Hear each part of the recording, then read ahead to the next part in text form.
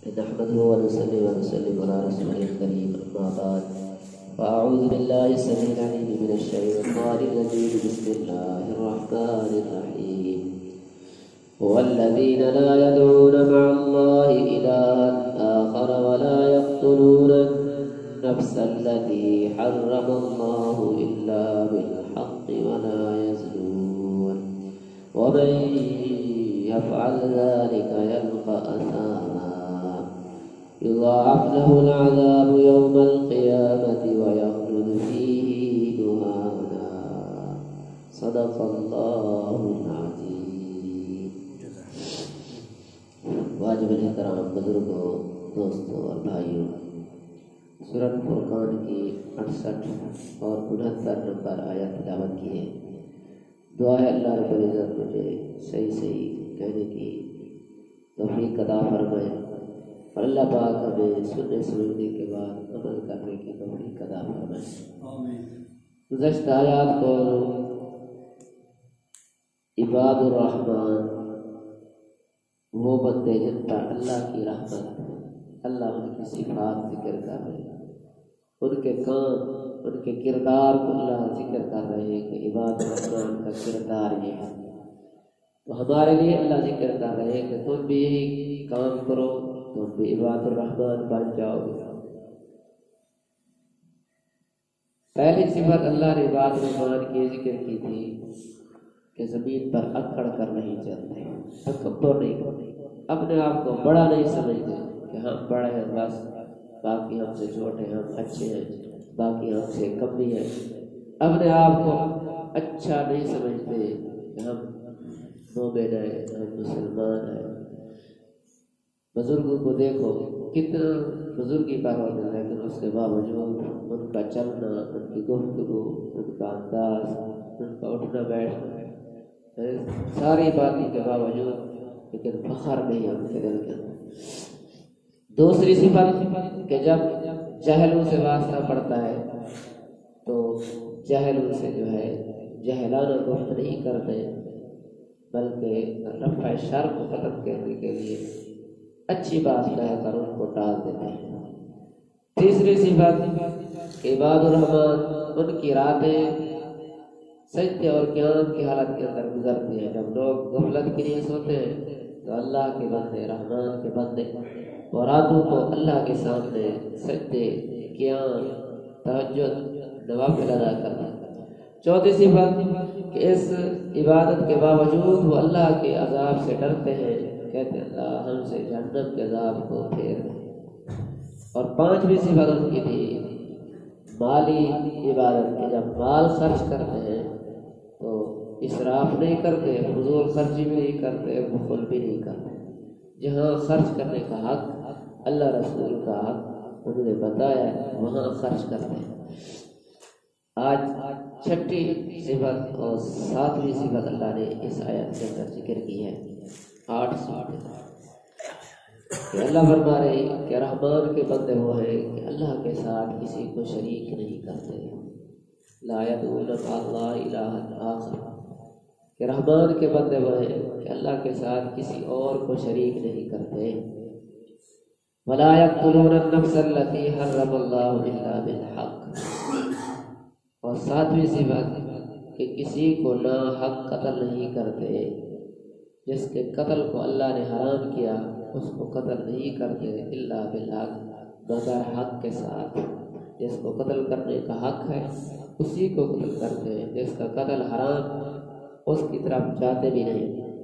اب ساتویں صفت، چھٹی صفت اللہ نے جو ذکر کیا ہے کہ اللہ کے ساتھ کسی کو شریک نہیں کرتے.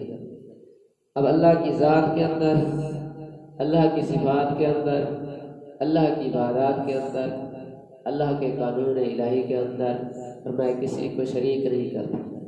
اللہ کی ذات کے اندر شریک کرنا اس کو شرک جلی کہتے ہیں. کھلم کھلا جو ہے شرک. اللہ کی ذات کے اندر کسی کو شریک کرنا، جیسے یہودی عیسائی انہوں نے اللہ کے نبیوں کو اللہ کا بیٹا بنا دیا. وقالت اليہود عزیر ابن اللہ، یہودی نے کہا عزیر اللہ کا بیٹا ہے. وقالت النصارى المسیح ابن اللہ، مسیح نے کہا کہ حضرت نصارہ نے کہا حضرت عیسیٰ علیہ السلام اللہ کا بیٹا ہے، فرشتوں کو اللہ کے بیٹے سمجھنا، جیسے عرب والے کہتے ہیں کہ فرشتے اللہ کے بیٹے ہیں، تو یہ اللہ کی ذات کے اندر شریک کرنا کھلن کھلا شرک۔ دوسرا شرک خفی، اللہ کی صفات کے اندر کسی کو شریک کرنا، گرمی سردی نفع نقصان کا مالک، بارش ہوا دھوپ یہ سب اللہ کرتا ہے، بیٹے بیٹیاں اولاد سب اللہ دیتا ہے، لیکن کوئی کہے نہیں اور بھی دیتے ہیں، پیر بھی دیتا ہے فلاں بھی دیتا ہے، تو یہ ہے شرک خفی، اللہ کی صفات کو اس کے کاموں کے اندر کسی اور کو شریک کرنا، تو ہر طرح کا شرک۔ اور عبادت کا شرک کیا ہے؟ عبادت کے اندر شریک کرنے کا، اللہ کے نبی کی حدیث ہے جس نے نماز پڑھی دکھلاوے کے لیے فقط اشرک، اس نے شرک کیا، جس نے روزہ دکھلاوے کے لیے رکھا شرک کیا، من تصدق یرائی، جس نے صدقہ دکھلاوے کے لیے کیا اس نے بھی شرک کیا، یہ اللہ کے نبی کی حدیث ہے۔ تو عبادت کے اندر شرک یہ ہے کہ دکھلاوے کے لیے کرے کہ لوگ کہیں بڑا نماز ہے، بڑا سخی ہے، بڑا واعظ ہے، بڑا مولوی صاحب ہے، فرمایا یہ شرک ہے۔ اللہ کے قانون کے اندر شریک کرنا، فرمائے اللہ والے جو ہے اللہ کی ذات کے اندر شریک کرتے ہیں، نہ صفات کے اندر نہ عبادات کے اندر، صرف اللہ کی عبادت کرتے ہیں، اللہ کی رضا کے لیے صرف اللہ کی عبادت کرتے ہیں۔ ولا یقتلون النفس التي، اب شرک جو ہے ایسا گناہ ہے کہ اللہ پاک نے حتمی فیصلہ قرآن کے اندر قطعی فیصلہ کر دیا کہ شرک کے علاوہ اور گناہ جو ہے ان کی معافی ہے۔ نماز پڑھتا ہے نہیں پڑھتا، کبھی پڑھی نہیں پڑھی، روزہ رکھا کبھی نہ رکھا، یہ ایسے کام ہیں جو اللہ کے حقوق ہیں، فرمایا ان کے اندر اللہ بخش دے گا، لیکن جو یہ اللہ والا حق ہے نا، جو شرک جس نے اللہ کے ساتھ شرک کیا، اللہ فرما رہے ہیں یہ میرا اگرچہ حق ہے لیکن اس حق کو میں بھی معاف نہیں کروں گا جب تک وہ توبہ نہ کرے۔ ان اللہ لا یغفر ان یشرک بہ ویغفر ما دون ذلک لمن یشاء، فرمایا اللہ نہیں معاف کرے گا جو آدمی اللہ کے ساتھ شرک کرے گا، اور جو اس کے علاوہ گناہ ہے ویغفر ما دون ذلک لمن یشاء، اس کے علاوہ جو گناہ ہے اس کی جو ہے تلافی ہے، اس کی جو ہے معافی ہے، لیکن شرک کی کوئی معافی نہیں۔ ومن یشرک باللہ فقد حرم اللہ علیہ الجنہ، فرمایا جو اللہ کے ساتھ شرک کرتا ہے حرم اللہ علیہ الجنہ، اللہ نے اس پر جنت کو حرام کر دیا، جو مشرک ہے اس پر جنت حرام ہے، ومأواہ النار، اس کا ٹھکانہ جہنم۔ اور ایک جگہ اللہ نے فرمایا جن لوگوں نے تکبر کیا کفر شرک کیا وہ جنت میں ایسے داخل نہیں ہو سکتے حتی یلج الجمل فی سم الخیاط، جیسے سوئی کے دفے میں اونٹ داخل نہیں ہو سکتا ایسے مشرک کافر بھی جنت کے اندر داخل نہیں ہو سکتا۔ سوئی کے دفے کے اندر اونٹ داخل ہو سکتا ہے؟ کبھی بھی ممکن بھی نہیں۔ تو اللہ فرما رہے ہیں کہ ایسے مشرک بھی ممکن ہی نہیں کہ مشرک جو ہے جنت کے اندر چلا جائے، مشرک کے اوپر اللہ نے جنت کو حرام کر دیا، اس کے اوپر جنت حرام۔ تو مومنوں کی صفت کیا ہے کہ اللہ کے ساتھ کسی کو شریک نہیں کرتے۔ ولا یقتلون النفس التي حرم اللہ الا بالحق، اور ساتویں صفت فرمایا کسی کو ناحق قتل نہیں کرتے جس کو اللہ نے حرام کیا، الا بالحق، مگر حق کے ساتھ۔ حق کیا ہے؟ کسی نے کسی کو قتل کیا، قصاص کے اندر شریعت اجازت ہے اس کو قتل کر۔ اور اسی طرح شادی شدہ ہے، شادی شدہ بدکاری کرے اس کا بھی شریعت اجازت ہے، اس کو سنسار کرو، قصاص کے اندر قتل کرو۔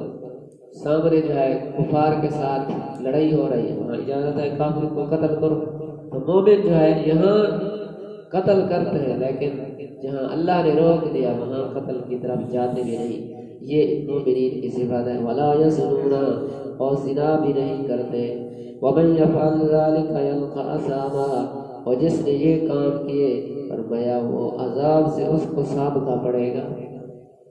جو شرک کرے گا، قتل کرے گا، زنا کرے گا، اللہ فرمایا اس کو سزا سے سابقہ پڑے گا، اس کو ضرور سزا ملے گی۔ اب یہ تین اللہ پاک نے جو ہے گناہ ذکر کیے ہیں بڑے، اللہ خود فرمائے ضاعف له العذاب یوم القیامہ، اس کا دگنا عذاب ہے۔ یہ تین بڑے، باقی اس سے اور بھی گناہ ہیں، جھوٹ بولنا بھی کبیرہ گناہ، بہت سے گناہ ہیں، غیبت کرنا بھی، لیکن یہاں اللہ نے تین کا ذکر کیا ہے کہ عرب سوسائٹی کے اندر یہ 3 گناہ جو ہے بہت عام تھے، ان کی یعنی گٹی کے اندر تھے، عام تھے۔ اللہ کے ساتھ شرک کرتے تھے، شرک کے اندر ان کی کوئی جوڑ نہیں تھا، ان کی مثال بھی نہیں تھی، جو پتھر خوبصورت ملا اس کی پرست شروع کر دی، اور حق قتل کرنا، ناحق قتل کرنا یہ بھی ان کا وتیرہ تھا، قتل کر دیتے تھے، پھر ایک نہیں وہی خاندان کے خاندان قتل چلتے رہتے تھے۔ اور تیسرا جو کام تھا زنا، یہ بھی ان کے اندر عام تھا، شراب پیتے پھر زنا کرتے۔ اللہ نے یہاں 3 گناہوں کا اللہ نے ذکر کیا ہے، عرب سوسائٹی کے اندر یہ عام تھے۔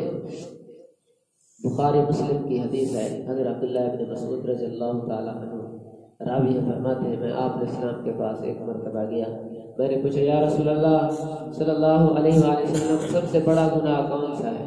سب سے بڑا گناہ، اب حدیث کے اندر سب سے بڑا گناہ انہیں 3 کو شمار کیا ہے، اگرچہ اس کے علاوہ اور بھی ہے، لیکن عرب کے اندر یہ 3 جو تھے، اللہ کے نبی نے 3 گناہوں کا ذکر کیا۔ پہلا فرمایا اللہ کے ساتھ شریک کرنا، حالانکہ اللہ نے تجھے پیدا کیا، تجھے رزق دیتا ہے، تجھے سب کچھ دیا، پھر بھی اللہ کے ساتھ کو شریک کرتا ہے، تو فرمایا یہ جو ہے سب سے بڑا گناہ۔ حضرت عبداللہ بن مسعود رضی اللہ عنہ فرماتے ہیں، میں نے پھر پوچھا یا رسول اللہ اس کے بعد کون سا بڑا گناہ ہے؟ فرمایا اپنی اولاد کو اس لیے قتل کرنا، اس قوم سے قتل کرنا کہ ہمارے کھانے کے اندر شریک ہوگا، یعنی فقر و فاقہ کے ڈر سے بڑا ہو جائے گا، کہاں سے ان کو کھلائے گی، اپنی اولاد کو قتل کر دینا۔ یہ بھی عرب کے اندر تھی، اپنی اولاد کو قتل کرتے تھے، پیٹ کو زندہ درگور کر دیتے تھے۔ اور تیسرا پھر حضرت عبداللہ بن مسعود رضی اللہ عنہ فرماتے ہیں، میں نے پھر پوچھا یا رسول اللہ اس کے بعد کون سا بڑا گناہ ہے؟ فرمایا ہمسائے کی بیوی سے زنا کرنا، یہ سب سے بڑا گناہ۔ 3 گناہ اللہ کے نبی نے فرمایا، کیونکہ عرب کے اندر یہ 3 بڑے گناہ جو اس وقت ان کے اندر یعنی عادت تھی، شرک بھی اور قتل بھی اور زنا بھی عام تھا ان کے اندر۔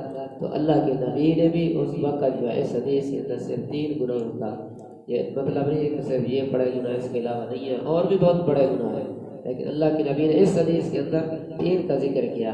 یضاعف لہ العذاب یوم القیامہ، فرمایا بڑھا دیا جائے گا اس کے لیے عذاب قیامت والے دن۔ جو یہ گناہ کرتا ہے نا، شرک کرتا ہے، قتل کرتا ہے، زنا کرتا ہے، بغیر توبہ کے مر گیا، توبہ کا بھی پھر تو گناہ ہی معاف، بغیر توبہ کے مر گیا تو اللہ فرما رہے اس کو جہنم کے اندر دگنا عذاب ملے گا، وَيَخْلُدْ فِيهِ مُهَانًا، اور وہ جہنم کے اندر ہمیشہ ہمیشہ ذلیل و خوار پڑا رہے گا، يَخْلُدْ فِيهِ مُهَانًا، ہمیشہ کے لیے۔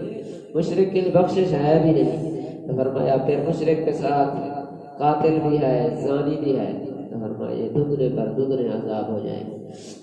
لیکن میرے اللہ کی رحمت دیکھو کہ اللہ فرماتے ہیں جتنے بڑے گناہ ہو جائیں، کفر شرک سے بڑا گناہ کائنات کے اندر نہیں ہے، سب سے بڑا گناہ کفر شرک، لیکن اللہ فرماتے ہیں اس کی بھی معافی ہے، وہ بھی اگر معاف کر لے، فرمایا گناہ اپنا معاف کرا لے، نادم ہو جائے، شرمندہ ہو جائے، اللہ فرماتے ہیں وہ بھی معاف کر دے۔ تو اگلی آیت کے اندر اللہ پاک نے پھر ان کا ذکر کیا کہ ہاں جو توبہ کرے اور ایمان لے آئے، نیک عمل کرے، فرمایا ہم ان کے گناہوں کو ختم کر دیں گے، یہ نہیں ہوگا کہ پھر ان کو سزا ملے۔ والذین لا یدعون مع اللہ الہا آخر، فرمایا عباد الرحمن وہ ہیں جو اللہ کے ساتھ کسی اور الہ کو شریک نہیں کرتے اور نہ حق قتل نہیں کرتے، جس کا اللہ نے حرام کیا ہے قتل، الا بالحق، مگر حق کے ساتھ، ولا یزنون، اور زنا نہیں کرتے، اور جو یہ کام کرے گا یلقا اثاما، فرمایا وہ عذاب سے اس کو سامنا پڑے گا۔ یضاعف لہ العذاب یوم القیامۃ، فرمایا بڑھا دیا جائے گا، دگنا کیا جائے گا اس کے عذاب قیامت کے دن، بڑھتا ہی چلا جائے گا عذاب، یخلد فیہ مہانا، اور ہمیشہ اس عذاب کے اندر ذلیل و خوار رہے گا۔ دعا ہے پڑھنا، اللہ عمل کرنے کی توفیق عطا فرمائے، اللہ ہمیں سمجھ کر توفیق عطا فرمائے۔ قول قولی ھذا